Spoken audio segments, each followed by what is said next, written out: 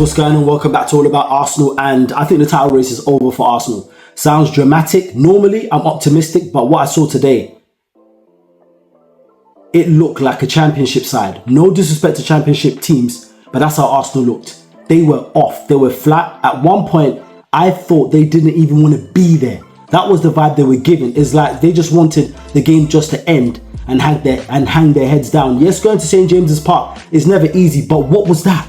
What was that? There was no creativity at all. I don't even know what they were doing. But I'll get into it. I got my notes and I'm ready. First half, until the goal from Isak, which was a brilliant goal, I'll go into it.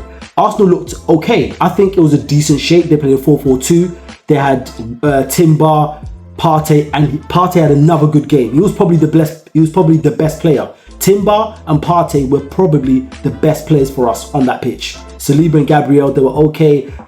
Gabriel had one little mishap, but he made up for it. He did decently. We had Rice and Merino in the centre.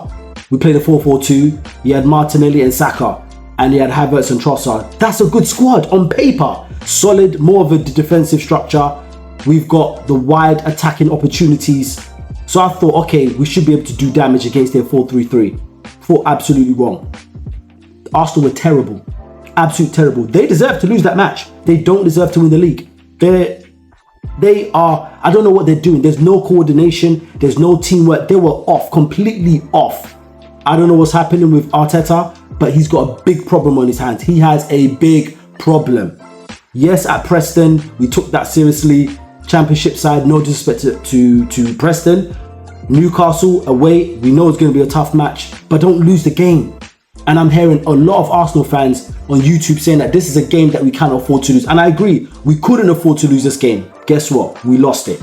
Could we have got something from the game? If we push a bit further and we try to make something happen, we could have got a goal. But we were woeful. Absolutely dismal performance. Let me start. Who was the worst player? Probably Trossard. Trossard, I don't even know what he's doing. He is a great impact sub. He's the player you bring in on the 75th minute and he makes something happen and he finishes just like what he did at Villa. As a starter, no. Martinelli is like a headless chicken. He just runs. He keeps his head down, doesn't look up. He didn't get any luck down his flank once again. Against Liverpool, you can say, man's up against Konate. We get that. That guy's a solid force, immovable object. But Martinelli should have done better in this game. He couldn't. Nothing was going on for Martinelli at all. Trossard was terrible, like I said. Havertz was non-existent. Trossard and Havertz, they were interchanging. They were switching into that false nine role. They were both terrible. Saka was okay. He played a good ball to Declan Rice at the end. Declan Rice should have finished. 93rd minute, Declan Rice, sitter. It was a sitter. He was like 5 yards out. No connection. That was our chance. If we had scored, I'd have said Arsenal were terrible, but we got 1 point. Absolutely terrible. Rice was poor.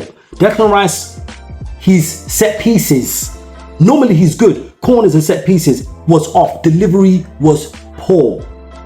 I don't even know, like, who else was playing. Merino, he didn't impress at all. The only positives was Partey. Partey was well composed. Partey was winning his duels. Partey was good in the air. Partey was comfortable, composed in tight situations. He played the ball well. He had a good pass rate. Partey did well. Timber as well. Timber played well. Timber and Partey were the only players that played well. Those were the only guys that were switched on. Gabriel and Saliba were okay. The goal that Isak scored, they could have done a bit better. They could have been tighter on him.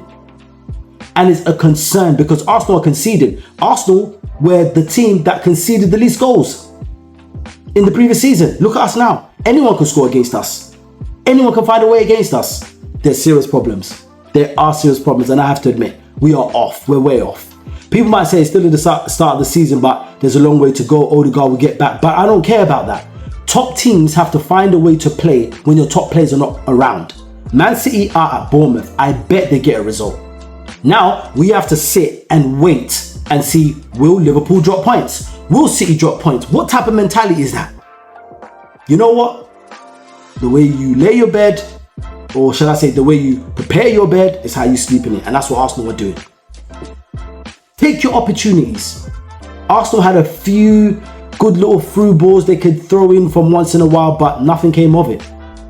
It was a poor performance. And you look at Newcastle, like Newcastle's only real goal threat was the goal they scored from Isak.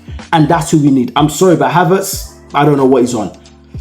Isak, that's who you need. That is a classic number 9. That was his only chance of the game. His only goal scoring opportunity, and he took it because he's clinical. Havertz is not clinical enough. Isak, that's the type of player Arsenal need. That's who we need.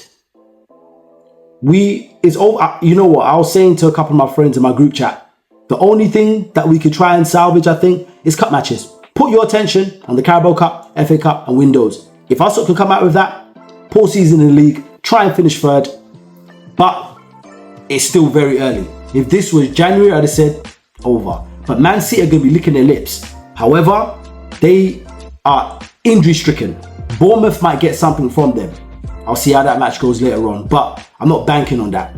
There's some issues with Arsenal. There's no spark, there's no life, there's no creativity. And some people say Odegaard is missing. God knows what he could have done, because we've had some matches where Odegaard has been non-existent. Let's be honest. Let's be honest as an Arsenal fan base, right? Could he have done something? We expect he would have been. Even when Yeri came on, it was a very tight, compact. He played in the centre. He didn't really have much joy. But there was one flash of brilliance in stoppage time, and he carried the ball and held it very well, very composed. I think he should have started. Trossard shouldn't have started. We have problems. Jesus came on, didn't really get to do much. Zinchenko, liability. Zinchenko lost the ball twice in critical positions.